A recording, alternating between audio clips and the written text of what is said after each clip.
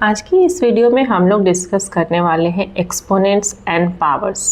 जैसा कि आप सब देख पा रहे होंगे कि यहाँ पर लिखा हुआ है मैथमेटिकल रीजनिंग। मैथमेटिकल रीजनिंग मतलब क्या कि ये ऐसा ओलंपियाड, एक ऐसा एग्ज़ाम है जहाँ पर आपके कंसेप्ट का टेस्ट होता है। ईच क्वेश्चन में अगर आपका ईच चैप्टर पे कंसेप्ट क्लियर होगा, क्योंकि हर एक क्वेश्चन जो क्वेश्चन है यहाँ पर वो आपसे ये समझना चाहता है कि आपका कंसेप्ट यहाँ कितना क्लियर है। तो ये मैं स्टार्टिंग में सारे क्वेश्चंस मैंने दे दिए हैं। अभी इस वीडियो में मैं पूरा अचीवर सेक्शन तक सॉल्व करने वाली हूँ। ध्यान से देखना, सब क्वेश्चन में कुछ ना कुछ जो है वहाँ पर ट्रिक है, कैसे आसानी से कम टाइम में आप इसे सॉल्व कर पाएंगे। ठीक है, तो वीडियो को लास्ट तक देखना। सब्सक्राइब नहीं किया है तो प्लीज़ सब्सक्राइब कर लेना। ठीक है, अब देखते हैं हम लोग one by one each solution को देख लेते हैं। यहाँ पर सारे क्वेश्चंस मैंने दे दिए हैं। जिसके पास बुक होगा वो बुक ओपन करके बैठो, जिसके पास बुक नहीं है वो यहाँ से क्वेश्चन देख सकते हैं। ठीक है, चलिए अब सॉल्यूशन देख लेते हैं।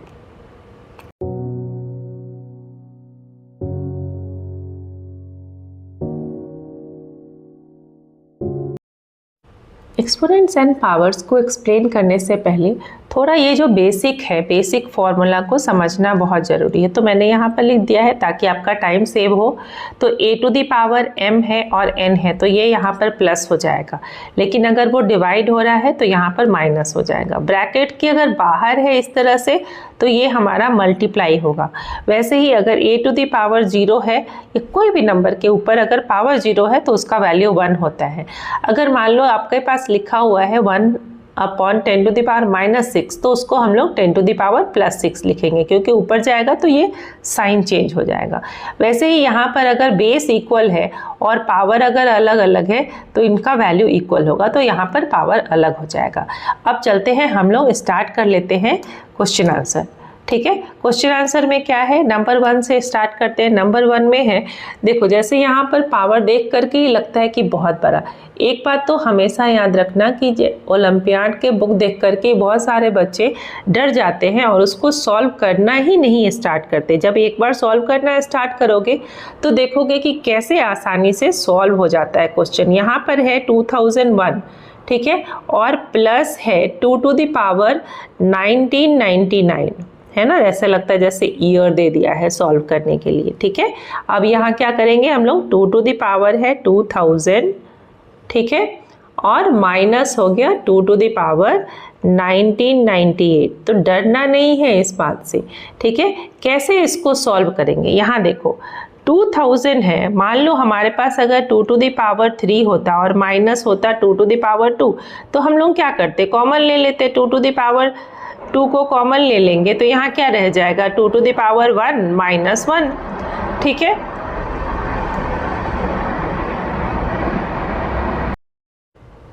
तो वैसे ही यहाँ पर हम लोग क्या लिख सकते हैं, यहाँ पर अगर कॉमन ले लेंगे हम लोग 2 टू द पावर 19, जो छोटा नंबर है उसको कॉमन ले लो।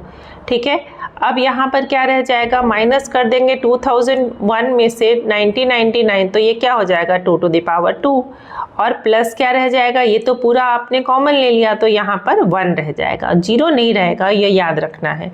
ठीक है, वैसे ही यहाँ पर 2000 है और 1998 है तो अगर 2002 के ऊपर पावर जो है हम लोग 1998 ले लेते हैं तो हमारे पास क्या रह जाएगा, यहाँ पर 2000 माइनस 1998 कर लो तो ये हो जाएगा 2 टू द पावर 2, ठीक है, और माइनस रह जाएगा 1। ठीक है, अब देखो यहाँ पर है 1998 और यहाँ है 1999, ये जब इसको कैंसिल करेंगे तो यहाँ क्या रह जाएगा 2 टू द पावर 1, क्योंकि ये जाकर के ऊपर सब्ट्रैक्ट हो जाएगा। ठीक है, और ये याद रखना है ये ओलंपियाड है, इसमें स्टेप्स नहीं चाहिए, इसमें टाइम सेव करना है। तो जितने आसानी से आप काम करोगे फटाफट करना है।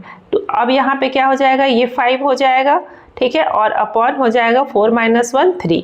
तो आपके पास जो आंसर आया वो क्या आया, 10/3।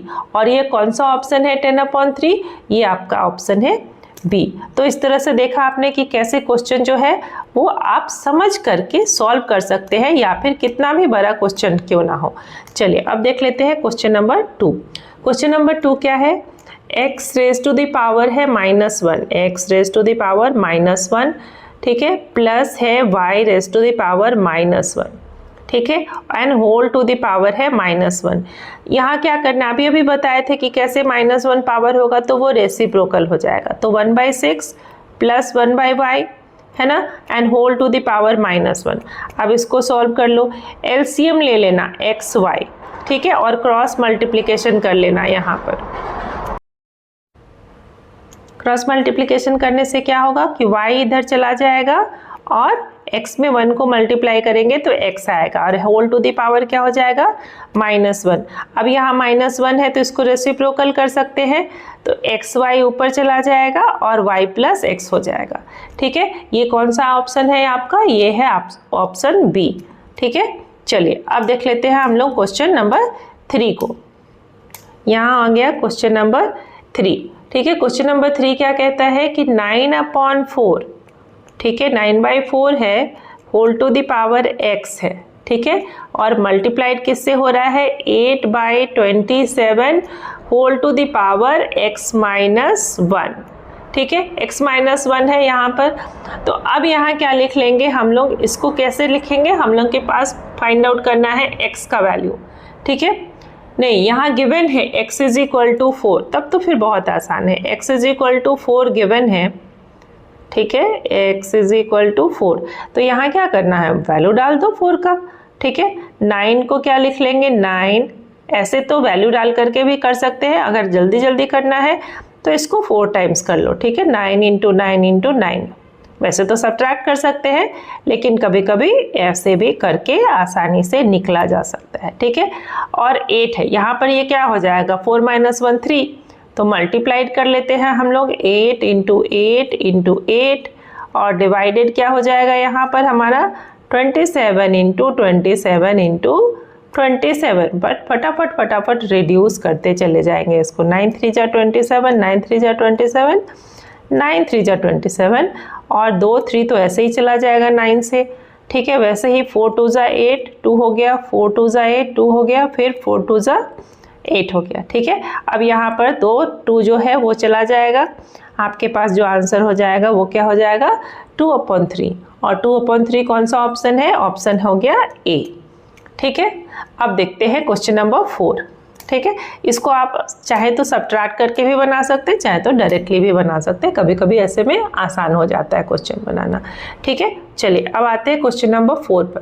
क्वेश्चन नंबर 4 क्या कहता है कि find the value of x। Yes, यहाँ पर आपको x का वैल्यू फाइंड आउट करना है, जहाँ पर गिवन क्या है आपके पास, ये गिवन है 3 टू द पावर है 2x - 2, 2x -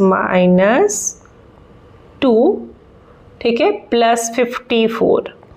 कोई भी क्वेश्चन हार्ड नहीं है, बस खाली आपका एक बार कंसेप्ट एक्सपोनेंट के लिए क्लियर हो जाए। और ओलंपियाड देने से ये भी फ़ायदा है कि आपका जो मैथ है उससे दोस्ती थोड़ा और ज़्यादा हो जाता है, तो ओलंपियाड सबको देना चाहिए, ठीक है। वैसे तो मेडल भी मिलेगा, ठीक है। यहाँ क्या हो गया आपका 3 to the power 2x minus, यहाँ क्या लिख सकते हैं हम लोग 3 टू द पावर 2x, और इसको डिवाइड कर सकते हैं हम लोग 3 टू द पावर 2 से, ठीक है, प्लस हो जाएगा 54, और यहाँ 15 डिवाइड कर रहा है तो हम लोग इसको लिख सकते हैं ना = 9 × 15 लिख सकते हैं, ठीक है। अब यहाँ क्या हो जाएगा हमारा, इसको क्या लिख सकते हैं हम लोग 3 to the power 2x divided by 3 to the power 2 = ये 9 को 15 से मल्टीप्लाई कर दो, ये हो जाएगा हमारा कितना 135, और माइनस हो जाएगा 54, ठीक है, ये आ जाएगा क्या 81, ठीक है। अब यहाँ क्या लिखेंगे 3 टू द पावर 2x = 81, तो पहले से ही था तो वो 3 टू द पावर 4 हो जाएगा, क्योंकि हमारे पास टाइम कम रहेगा तो हम लोग सारा स्टेप्स नहीं अटेम्प्ट करेंगे, ठीक है। और ये इधर आके प्लस हो जाएगा 3 टू द पावर, तो 2x = 6, तो देयरफॉर x = क्या हो जाएगा 6 डिवाइडेड बाई 2 = 3। तो कौन सा ऑप्शन है आपका, ये जो आपका ऑप्शन है वो है सी, ठीक है। चलिए अब देख लेते हैं हम लोग नेक्स्ट क्वेश्चन, क्वेश्चन नंबर 5। यहाँ जो क्वेश्चन नंबर 5 है, यहाँ क्या कहता है कि फाइंड द वैल्यू ऑफ, एक हमारे पास जो नंबर गिवन है 0.00, तो इसको काउंट कर लेना कितना जीरो है। यहाँ पर देखो 64 डिवाइडेड बाई, जो भी डेसिमल के बाद डिजिट है उसको अगर हम लोग काउंट करेंगे तो वो है 10 टू द पावर 6। ठीक है, अब इस 10 टू द पावर 6 को इस तरह से लिखने के बाद यहाँ जो ऊपर में पावर है वो 5/6 है ना। अब इसके बाद क्या लिख लेंगे हम लोग, डिवीजन का साइन है। ठीक है, फिर से वापस है 0.00032 and whole to the power 6/5। तो यहाँ क्या लिखेंगे, 32 लिख लेंगे और जितना भी डेसिमल के बाद डिजिट है उसको काउंट करके यहाँ पर पावर 5 डाल देंगे। ठीक है, और यहाँ हो गया 6 टू द पावर 6/5। ठीक है, अब देखो ये क्या लिखा जा सकता है, 64 को हम लोग 2 टू द पावर 6 लिख सकते हैं और 10 टू द पावर भी 6 है तो इसको होल पावर लिख सकते हैं। और ये जो ब्रैकेट के बाहर है वो क्या बताया था, वो मल्टीप्लाई होगा। फिर डिवीजन का साइन डालो, यहाँ 2 टू द पावर 5 हो सकता है 32 के बदले, तो यहाँ क्या लिखेंगे 2/10 and whole to the power 5, और इसको मल्टीप्लाई किससे करेंगे, 6/5 से। यहाँ से 6 से 6 कैंसिल हो गया, ये 5 से 5 कैंसिल हो गया। तो अब जो हम लोग के पास आंसर आया वो क्या आया, 2/10 था, पावर कितना था 5, और ये डिवीजन है तो ये क्या हो जाएगा, माइनस, है ना। तो ये क्या आ गया हमारे पास answer, 2/10 whole to the power -1। अब -1 है तो रेसिप्रोकल कर सकते हैं, रेसिप्रोकल करेंगे तो क्या हो जाएगा 10/2। आंसर क्या आ जाएगा 5, है ना। अब देखेंगे यहाँ पर जो आंसर है हमारा 5, कौन सा ऑप्शन है, सी ऑप्शन। तो चलिए सी ऑप्शन लिख लेते हैं। अब आते हैं क्वेश्चन नंबर 6 पर। क्वेश्चन नंबर 6 क्या कहता है हमारा कि x is equal to given है। ठीक है, ये है 6, x is equal to 3/2 and whole to the power 2। Multiply किससे कर रहा है, ये 2/3 and whole to the power -4। और पूछ क्या रहा है कि ये अगर हमारा x है तो आपको वैल्यू फाइंड आउट करना है x टू द पावर -2 का। तो पहले हम लोग x को फाइंड आउट कर लेते हैं, कुछ नहीं, यहाँ तो बस रेसिप्रोकल कर लेते हैं क्योंकि ऊपर में पावर 3 है तो हम लोग लिख सकते हैं 3 टू द पावर 2, और इसको जब अपोजिट करेंगे तो ये क्या हो जाएगा +4, है ना। और डिवाइडेड बाय 2 यहाँ है, इसका पावर कितना है 2, और ये जब अपोजिट पावर नीचे जाएगा तो ये क्या हो जाएगा +4। तो अब हम लोग के पास क्या आ गया, ये x का वैल्यू है वो याद रखेंगे, ये हम लोग को फाइंड आउट करना है। ठीक है ना, ये हो जाएगा हमारा 3 to the power 6/2 to the power 6। तो ये जो वैल्यू आया x इज इक्वल टू क्या मिल गया हम लोग को, 3/2 होल टू द पावर 6। तो अगर हम यहाँ -2 पावर डालते हैं तो यहाँ भी -2 पावर डालेंगे, है ना। अब यहाँ -2 पावर डालेंगे तो ये क्या हो जाएगा, ये हो जाएगा -12, मल्टीप्लाई करना होगा। ठीक है, तो ये हो जाएगा हमारा 3/2 होल टू द पावर -12, लेकिन हम लोग को पॉजिटिव में रखना है तो रेसिप्रोकल कर लेंगे 2/3 and whole to the power 12। तो कौन सा ऑप्शन हो गया, ये आपका ऑप्शन हो गया बी। ठीक है, अब चलते हैं क्वेश्चन नंबर 7 पे, फटाफट कर लेते हैं। ठीक है, हर क्वेश्चन को ध्यान से देखना, जो नहीं समझ में आए उसको दोबारा देखना, बट ऐसा कुछ नहीं है इसमें जो आपके नहीं समझ में आएगा। ये बस ओलंपियाड के लिए ही भी नहीं है, ये आपके जनरल मैथ के लिए भी है, उसको भी स्ट्रॉन्ग बनाएगा। ठीक है, क्वेश्चन नंबर 7 में अब यहाँ थोड़ा सा ट्रिकी क्वेश्चन है, एकदम अच्छे से देखना। a to the power x is equal to b to the power y is equal to c to the power z।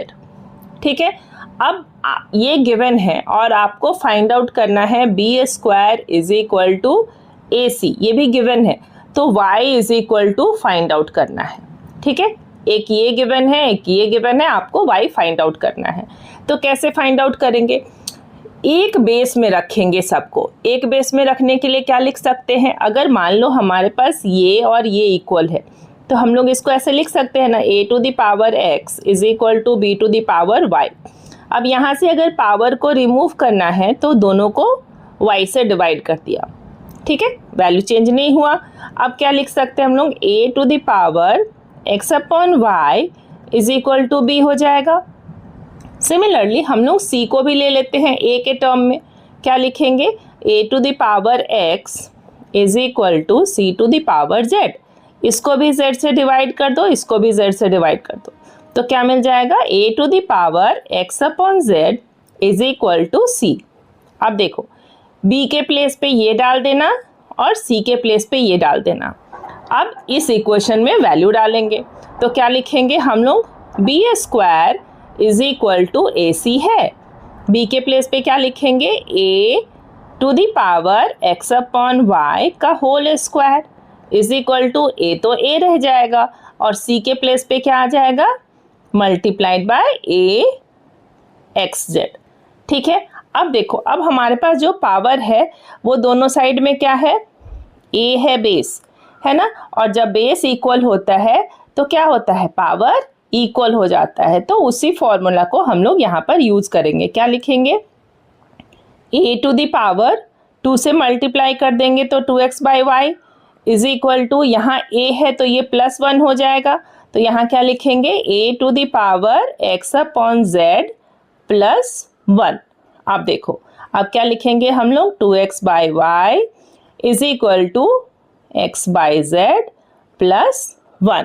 और इस तरह से जो y का वैल्यू है वो हमारा क्या आ जाएगा, इसको सॉल्व करेंगे, y को इस साइड ले जाएंगे और ये सबको इधर डिवाइड करेंगे। ठीक है, तो ये यहाँ पर मैं करके दिखा देती हूँ। ठीक है, ये हो जाएगा हमारे पास y is equal to 2x into z, ठीक है, divided by x plus z।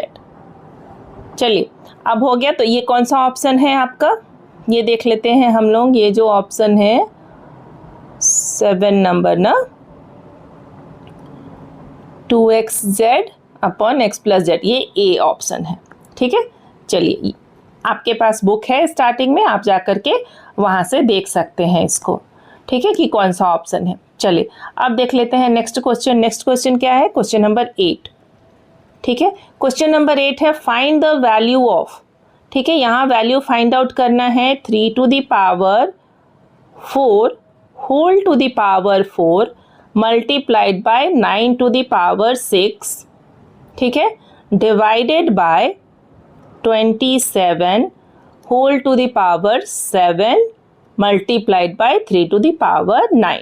ये कुछ नहीं है, देखने में ही इतना बड़ा लग रहा है। आप देखो ध्यान से, सब 3 के पावर्स हैं, तो जब सब 3 के पावर्स हैं तो सबको क्या करेंगे, एक साथ सॉल्व कर लेंगे। 4 इंटू 4 ये 16 हो जाएगा, प्लस अब यहाँ देखो ये 3 टू द पावर 2 होगा और 2 से मल्टीप्लाई करेंगे 6 को तो क्या हो जाएगा, 12 हो जाएगा। ये हम लोग को स्टेप नहीं दिखाना है, इसलिए आसानी से जैसे सॉल्व हो सकता है। चलो यहाँ दिखा देती हूँ। 27 को 3 टू द पावर 3 लिखेंगे और 7 से मल्टीप्लाई कर देते हैं, प्लस 3 टू द पावर 9 है तो सीधे यहाँ पर 9 को ऐड कर लेते हैं। ठीक है, अब देखो यहाँ पर इक्वल में क्या हो जाएगा, 3 टू द पावर ये हो जाएगा 28 और ये 21 प्लस 9 तो 30, ठीक है, माइनस 30। अब क्या कर लेंगे, ये 3 टू द पावर -2 तो इज इक्वल टू क्या, 1/9, है ना। तो कितनी आसानी से आप इसे सॉल्व कर सकते हैं, बट थोड़ा सा ट्रिक लगाना होगा, थोड़ा ध्यान से सोचना होगा कि क्या पूछ रहा है क्वेश्चन में। चलिए अब देख लेते हैं हम लोग क्वेश्चन नंबर 9 जल्दी। अब यहाँ जो क्वेश्चन नंबर 9 है इसमें है which of the following values are equal. यहाँ पर 4 वैल्यूज गिवन है, 1/4, 4 to the power 0, 0 to the power 4 and 4 to the power 1। तो देखो यहाँ पर 1/4 है, इसका वैल्यू क्या हो जाएगा 1, 0 अपॉन कितना भी पावर दे दो तो वो 0, 4/1 है तो ये 4, बट 4/0 है तो ये 1, तो ये और ये इक्वल होगा। तो यहाँ पर क्या हो जाएगा, P and Q are equal, है ना। तो P एंड Q अगर इक्वल है, ये P था और ये Q था, ठीक है ना, तो यहाँ पर कौन सा ऑप्शन हो जाएगा, ऑप्शन ए। तो इस तरह से आपका जो अभी क्वेश्चन नंबर 10 से लेकर के जो 20 तक है वो मैं नेक्स्ट वीडियो में डाल रही हूँ। आप इसको आराम से एक एक करके ईच क्वेश्चन देखो, ठीक है, बहुत ही अच्छे से समझ में आएगा। लाइक करें, सब्सक्राइब करें एंड प्लीज़ कमेंट बॉक्स में लिखना मत भूलो। Thank you for watching. अभी नेक्स्ट वीडियो में फिर से वापस से 10 से दे देते हैं।